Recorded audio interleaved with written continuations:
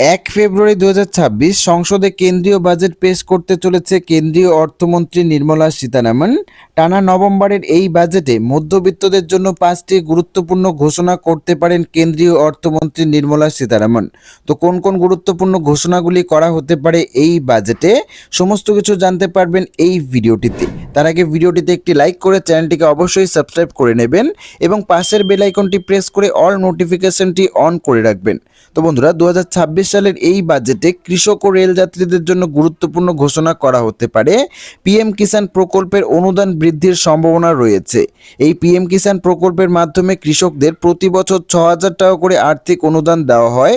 এই অনুদান বৃদ্ধি করে 8,000 টাকা থেকে 10,000 টাকা পর্যন্ত কিন্তু করা হতে পারে এবং 300টিরও বেশি নতুন বন্দে ভারত ও অমৃত ভারত ট্রেন চালু করার ঘোষণাও কিন্তু করা হতে পারে এই বাজেটে। এছাড়া স্বাস্থ্য বীমার সুবিধা সম্প্রসারণ ও সৌর বিদ্যুতের ভর্তুকি বাড়ানোর ঘোষণাও কিন্তু করা হতে পারে এই বাজেটে। তো বন্ধুরা, যদি এই ঘোষণাগুলি করা হয় তার প্রভাব আপনাদের ওপর কিভাবে পড়বে কমেন্ট বক্সে অবশ্যই জানিয়ে যাবেন।